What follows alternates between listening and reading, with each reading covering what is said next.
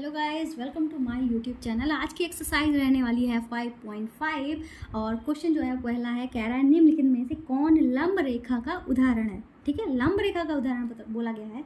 इन्होंने कहा मेज की ऊपरी सिरे की आसन्न भुजाएं। आसन्न भुजाएं क्या होती है भाई? आसन्न भुजाएं जैसे कि ये हमारा कोई चतुर्भुज दिया है, ठीक है, तो ये वाली भुजा इस वाली भुजा की आसन्न भुजाएं हैं। ऐसे ही बात करें, ये वाली भुजा इस भुजा के आसन्न भुजा है। ऐसे ही अगर इन दोनों की बात करते हैं, ये वाली भुजा इस भुजा के आसन है, ये वाली भुजा इस भुजा के आसन है, ये वाली भुजा इस भुजा के, मतलब पास वाली जो भुजाएं हैं, आसन का मतलब होता है पास वाली भुजाएं। ठीक है, तो मेज हमारी कैसी होती है? हमारी मेज कुछ इस तरीके की होती है। इन्होंने क्या बोला है कि मेज के ऊपरी सिरे, ऊपरी सिरा तो हमारा यही हुआ ना कि आसन भुजाएं कैसी होती हैं भाई। हमारा मेज कभी ऐसे हमने तो नहीं देखी मेज हमारी ऐसे होती हो। ठीक है, जब हम ड्रॉ करते हैं, ठीक है, मेज को तो ज़रूर हम इस तरीके से बनाते हैं। ठीक है, पर जब हमारी मेज असल में जो होती है वो इस तरीके से रेक्टेंगल हो या स्क्वायर जैसी भी हो, इस शेप में होती है। ठीक है, तो हम मेज के जो बीच का एंगल होता है वो हमारा 90, अब हमारा राउंड शेप में हो तो वो बात ही अलग है। ठीक है, अगर वो एंगल जो रखा जाता है वो हमारा 90 डिग्री का ही रखा जाता है। ठीक है, तो इनकी मेज के ऊपरी सिरे की आसन्न भुजाएं जो हैं वो हमारी कैसी हो जाएंगी? इन्होंने कहा लंब रेखा का उदाहरण है कि नहीं, तो हम यहाँ पे बता देंगे इनको कि ये दोनों लंब रेखाएं हैं। ठीक है, तो हम यहाँ पे लिख देंगे लंब रेखाएं हैं। ठीक है, इस तरीके से आंसर लिख देंगे। दूसरा जो है, इन्होंने कहा है रेल पथ की पटरियाँ। भाई रेल पथ की पटरी यहाँ पे हम बना देते हैं। ये हमारी एक मेज है, ठीक है, आसन भुजाओं का मतलब ये, ताकि आप जब ये नोट्स लो ना तो क्लियर हो जाए। ठीक है, ये हमारी आसन भुजाएं होती हैं। ठीक है, चाहे तो मैं यहाँ पे लिख भी देती हूँ, आसन का मतलब होता है पास की। ठीक है, अब यहाँ पे जो क्वेश्चन दिया है रेल की पथ की पटरियाँ, रेल पथ की पटरियाँ, भाई हम देखते हैं कि हमारी रेल की जो पटरियाँ होती हैं वो हमेशा एक दूसरे के पैरेलल होती हैं। पैरेलल सीढ़ी नहीं बनाई है मैंने, रेल की पटरियाँ बनाई हैं। ठीक है, तो पैरेलल का मतलब होता है समांतर। रेल की पटरियाँ जो होती हैं वो हमारी हमेशा समांतर चलती हैं, कभी भी आपस में नहीं मिलती हैं। भाई जो चीज़ समांतर चलेंगी तो वो एक दूसरे के लंब हो ही नहीं सकती हैं। लंब तभी हो सकती हैं जब एक सीधी नीचे से, मतलब बेस सीधा हो, ये लंब सीधा हो, तभी वो हमारी लंबवत होंगी। इसका मतलब ये दो हमारी जो रेखाएं हैं लंब रेखाएं नहीं होंगी। तो हम यहाँ पे लिखेंगे लंब रेखाएं नहीं हैं। ठीक है, ये हो गया।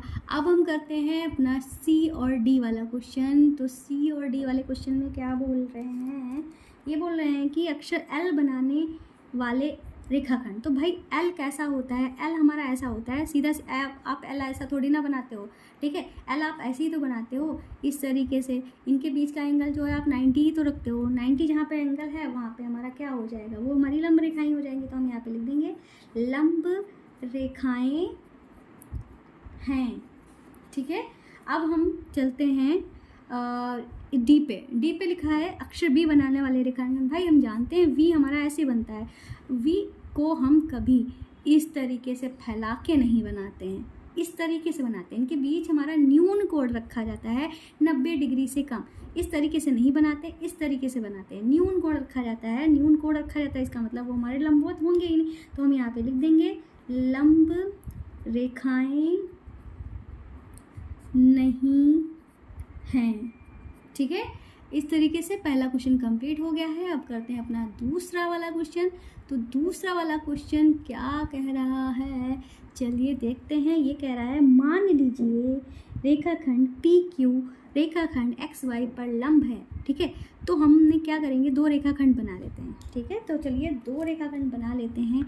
एक बना लेते हैं पी क्यू, ठीक है, पी क्यू, और एक्स वाई। ठीक है, एक्स वाई बना लेते हैं इस तरीके से। इन्होंने कहा है एक दूसरे पर लंब है, मतलब यहाँ पे जो एंगल रहने वाला है, यहाँ का एंगल, यहाँ का एंगल, यहाँ का एंगल, सारे एंगल हमारे 90 डिग्री के हैं, तभी हमारा लंब होगा। तो ये हमारी क्या है, एक्स और वाई। ठीक है, लंबवत हैं। मान लीजिए परस्पर बिंदु ए पर प्रतिच्छेद करते हैं, मतलब यहाँ वाला जो बिंदु है वो हमारा ए है। फिर ये कह रहे हैं पी ए वाई की माप क्या है, पी ए वाई। अब भाई पी ए की वाई की माप हमारी 90 तो होगी। भाई ये लंबवत हैं तो सारे जो हमारे एंगल होंगे वो 90 डिग्री के ही होंगे, क्योंकि अगर ये 90 तो ये वाला 90 हो जाएगा, ये 90 तो ये वाला 90, ये 90 तो ये वाला, मतलब सब एक दूसरे से रिलेट करते हैं ना। तो हम यहाँ पे लिख देंगे कोण पी AY जो है वो हमारा 90 डिग्री का हो जाएगा। इसमें कुछ ऐसा कुछ सोचने वाला है ही नहीं, ठीक है। अब आपको कुछ खास बात बता देते हैं, सुन के ज़रूर जाइएगा। जैसे कि आप हमारे चैनल को जो जस्ट स्टडी चैनल का नाम है ना, सर्च करते हो ना, इस पे जाना, ठीक है। टच करना तो यहाँ पे आपको प्लेलिस्ट का ऑप्शन मिलेगा, ठीक है। कुछ बच्चे कहते हैं मैम कोर्स जल्दी कंप्लीट करा दीजिए, जल्दी कंप्लीट करा दीजिए। तो मैं आपको बता देती हूँ, कोर्स जो है पहले ही कंप्लीट हो चुका है। चाहे तो आप यहाँ पे फर्स्ट क्लास से लेकर 12th तक क्लास तक का पूरा कोर्स जो है पूरी क्लासेज यहाँ पे दी गई हैं, ठीक है। इनमें चैप्टर वाइज डिवाइड नहीं किए हैं। अगर आपको ऐसे नहीं समझ में आता है तो नीचे और स्लाइड करिए, ठीक है। नीचे आप इस तरीके से स्लाइड करेंगे ना तो 6 क्लास जो है आपको मिल जाएगी, ठीक है। ये एरो जो बना है इस पर टच करोगे ना तो चैप्टर 1, चैप्टर 2, चैप्टर 3, 4, 5, 6, 7, 8, 9, 10 सारा जो है कंप्लीट हो चुका है, ठीक है। पूरा कंप्लीट हो चुका है, पिछले साल ही कराया था कोर्स का, तो बदला नहीं है आपका। तो आप यहाँ से देख सकते हो, अपने कोर्स को कंप्लीट कर सकते हो। मैं 2022 में रिवीजन क्लासेस स्टार्ट कर रही हूँ, सारा मैं वो भी जो हमारा रिवीजन चल रहा है वो भी इसी में डाले दे रही हूँ, आप यहाँ से भी देख सकते हो, ठीक है। और आपको बता दें, जब आप चैनल ऑप्शन पे जाते हो, उस तरीके से चैनल ऑप्शन पे जाओगे ना तो जो साइंस मिलेगा, जो स्टडी साइंस, यहाँ पे आपकी साइंस वाली क्लासेस जो हैं पढ़ाई जा रही हैं, बहुत अच्छे तरीके से पढ़ाया जा रहा है। एक बार विजिट करिएगा। और अगर आपकी मैथ्स जो है कमज़ोर है तो इस वाले चैनल पे जाइएगा, जोजस बेसिक मैथ पे। यहाँ पे बहुत ही बेसिक वाली चीज़ें जो हैं वो आपको पढ़ाई जा रही हैं, ठीक है। बहुत ही मतलब सिंपल चीज़ें और कठिन से कठिन चीज़ें जो आपको आती नहीं है। और ख़ास तौर से मैं आपका ध्यान यहाँ पे आकर्षित करना चाहती हूँ, जहाँ पे क्लासेस जो दी गई हैं बिल्कुल एकदम बेसिक वाली क्लासेस दी गई हैं, बिल्कुल 0 to हीरो लेवल वाली क्लासेस, जहाँ पे आपको अगर कुछ भी नहीं आता होगा तो आपकी मैथ्स जो है स्ट्रॉन्ग हो जाएगी। फिलहाल सारी क्लासेस ज़रूर पढ़ लेना, क्योंकि ये सारा जो है वो एकदम बेसिक ही है, ठीक है। तो इतना काम जो है वो कर लेना। और साथ में एक और बात है, वो बात मैं बाद में बताऊंगी। फिलहाल अभी क्लास जो है कंटिन्यू कर लेते हैं। तो हमारा अगला जो तीसरा क्वेश्चन है वो क्या कह रहा है, आपके ज्यामिति बॉक्स में 2 सेट स्क्वायर हैं, इनके कोणों पर बने कोणों के माप क्या हैं, क्या इनमें कोई ऐसी माप है जो दोनों में उभयनिष्ठ है। तो सेट स्क्वायर क्या होता है हम आपको दिखा देते हैं। तो भाई ये जो हैं ये इस तरीके से ट्रायंगल शेप में होते हैं, ये हमारे होते हैं सेट स्क्वायर। इनका साइज़ जो है काफ़ी बड़ा है। क्यों है साइज़ बड़ा? क्योंकि जब मैं पॉलीटेक्निक कर रही थी तब मैंने इनको ख़रीदा था, ठीक है। क्योंकि वहाँ पे एक टेक्निकल ड्राइंग सब्जेक्ट होता था, वहाँ पे टेक्निकल ड्राइंग बनाने के लिए बड़े बड़े इनकी ज़रूरत पड़ती थी, बड़े बड़े सेट स्क्वायर और बड़ा सा क्या बताएं, बहुत कुछ मतलब ज़रूरत पड़ता था। फिलहाल तो इसलिए बड़े लिए थे, छोटे वाले मेरे पास है नहीं। इनका प्रयोग मैंने बीटेक में भी किया, ठीक है। अभी भी संभाल के रखी हूँ, आपको पढ़ा रही हूँ तब भी इनका प्रयोग हो ही रहा है, ठीक है। अब इन्होंने क्या कहा था क्वेश्चन में कि कौन सी माप है जो दोनों में उभयनिष्ठ है, ठीक है। तो इसके लिए क्या करेंगे, हम सारे एंगल को माप के देखते हैं। क्या ये दोनों बराबर हैं? आप कहोगे नहीं बराबर है। क्या ये वाला एंगल और ये एंगल बराबर है? तो भी आप कहोगे नहीं बराबर है। क्या ये वाला एंगल बराबर है? आप कहोगे नहीं बराबर है। अब बात करते हैं इस वाले एंगल की, दूसरा वाला जो है ये इसके बराबर है, आप कहोगे नहीं बराबर है। क्या ये एंगल इसके बराबर है? आप कहोगे नहीं बराबर है। क्या ये एंगल और ये एंगल बराबर है? तो भी आप कहोगे नहीं बराबर है।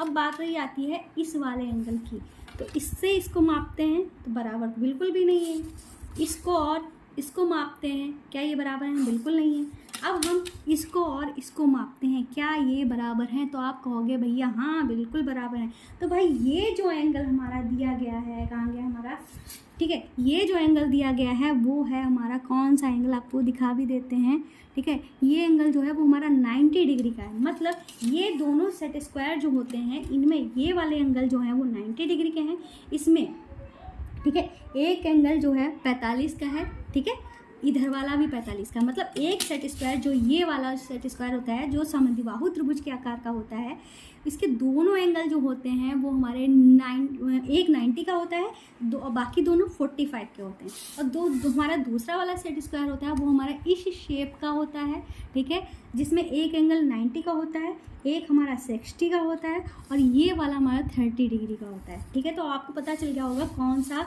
होता है बराबर, आपको पता भी चल गया होगा। हाँ, मुझे नहीं लगता आप लोगों ने देखे होंगे सेट स्क्वायर। हाँ, अगर आपने पूरा मतलब बॉक्स खरीदा होगा तो उसमें ज़रूर निकलते हैं छोटे छोटे। तो अब चलते हैं अपने क्लास पे, ठीक है। तो अब हम अपने आंसर को लिख देंगे, ठीक है। तो पहले हम लिख देते हैं एक सेट स्क्वायर में कोण कितने कितने के कोण होते हैं? 90 का होता है, 45 का होता है और दूसरा भी हमारा 45 का होता है। ठीक है, अब हम दूसरे सेट स्क्वायर में कोण की बात करेंगे तो उसमें क्या क्या होता है? 90 का होता है, 60 का होता है और 30 का होता है। ठीक है, अब इन्होंने कहा था कौन सी माप उभयनिष्ठ है, तो अब हम यहाँ पे लिख देंगे अतः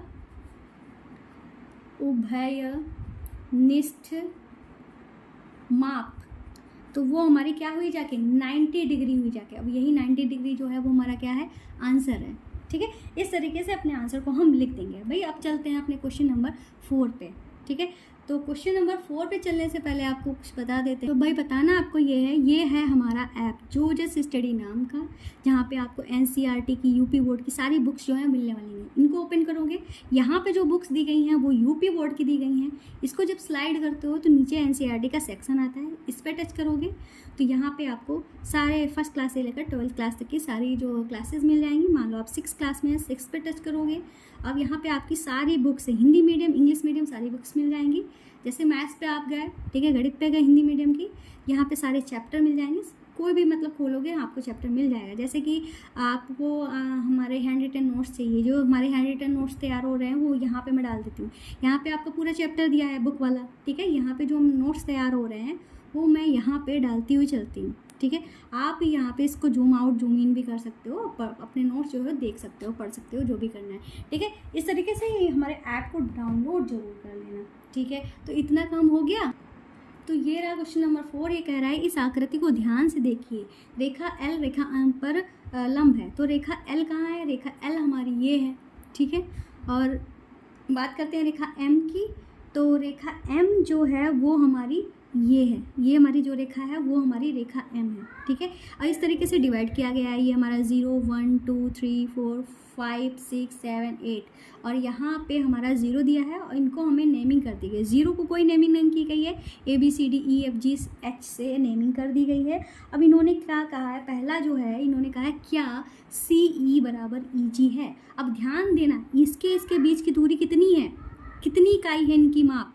तो हम देख रहे हैं 0 से 1 जा रहा है, तो इनके बीच की जो माप है, ठीक है, इनके बीच की जो दूरी है, ठीक है, वो कितनी है? 1 है। इसके बीच की भी माप 1 है क्योंकि 1 से 2 जा रहे हैं। इसके बीच की भी माप 1 है, इसके बीच की भी माप 1 है, इसके बीच की भी माप 1 है, इसके बीच की भी माप 1 है, इसके बीच की भी माप 1 है, इसके बीच की माप 1 है।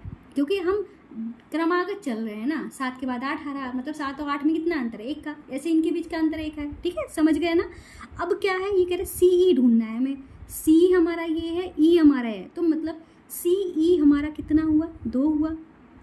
EG हमारा कहाँ है? E और G, EG तो 1 2, इनके बीच की भी दूरी 2 है। तो ये कह रहे हैं कि क्या ये बराबर है? तो हमारा आंसर जो हो जाएगा वो हो जाएगा हाँ, ये दोनों बराबर हैं क्योंकि इनकी माप 2 इकाई है। ठीक है, फिर ये दूसरा वाला है, ये कह रहे हैं क्या रेखा PE रेखाखंड CG को समद्विभाजित करता है। PE कहाँ है? तो भाई P ये है, E ये है, मतलब ये वाली जो रेखा है किसको समद्विभाजित कर रही है? समद्विभाजित का मतलब बराबर, 2 बराबर हिस्सों में बांटना। ठीक है, CG, C कहाँ है? ये है, G हमारा ये है। CG की बात करते हैं। ठीक है, इस तरीके से भाई यहाँ पे अलग समझा देते हैं। एक हमारी रेखाखंड है, ये P ये E। ठीक है, यहाँ पे हमारा C दिया है, यहाँ पे हमारा G दिया है, और यहाँ पे हमारा एक पॉइंट, ठीक है, E हमारा यही पॉइंट है, कोई फ़र्क नहीं पड़ता। नीचे हमारा P लिखा था, यहाँ पे E लिखा था, उससे कोई फ़र्क नहीं पड़ता। ठीक है, अब यहाँ पे क्या है? C के बाद एक पॉइंट है D, यहाँ पे G के पहले एक पॉइंट है F।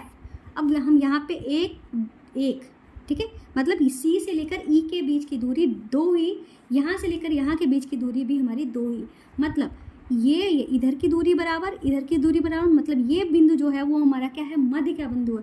जो हमारा मध्य का बिंदु होता है उसी पे हम एक समद्विभाजक रेखा ही खींचते हैं। तो मतलब ये वाली रेखा जो है P रेखाखंड जो है CG को समद्विभाजित करती है। तो इसका भी आंसर क्या हो जाएगा? हाँ, समद्विभाजित करती है। ठीक है, क्यों करती है? क्योंकि हम यहाँ पे ये लिख सकते हैं क्योंकि P = CG। ठीक है, चाहे तो आप लिख दो PE = CG। ठीक है, इस तरीके से भी चाहे लिख दो। फिर तीसरा वाला जो है ये कह रहे हैं कि कोई 2 रेखाखंडों के नाम लिखिए जिनके लिए PE लंब समद्विभाजक है। कोई दो रेखाखंडों के नाम लिखे। तो हम यहाँ पे कोई भी दो रेखाखंड लिख सकते हैं जिनके भाई ये वाली तो हमारी लंब है ही। चाहे तो आप रेखाखंड डी एफ लिख दो, चाहे तो सी एफ लिख दो, चाहे तो बी जी लिख दो, कुछ भी लिख सकते हो, यहाँ पे कोई भी रेखाखंड लिख सकते हो। तो हम यहाँ पे डी एफ लिखे दे रहे हैं, एक डी एफ रेखाखंड, एक सी एफ रेखाखंड लिखे दे रहे हैं, और एक हम सी जी रेखाखंड लिखे दे रहे हैं। ठीक है, सी जी, सी और जी। ठीक है, सी ये हमारा सी है, ये हमारा जी है। ठीक है, सी है ये। ठीक है, रेखाखंड दो ही लिखने थे, हमने 3 लिख दिया, कोई बात नहीं।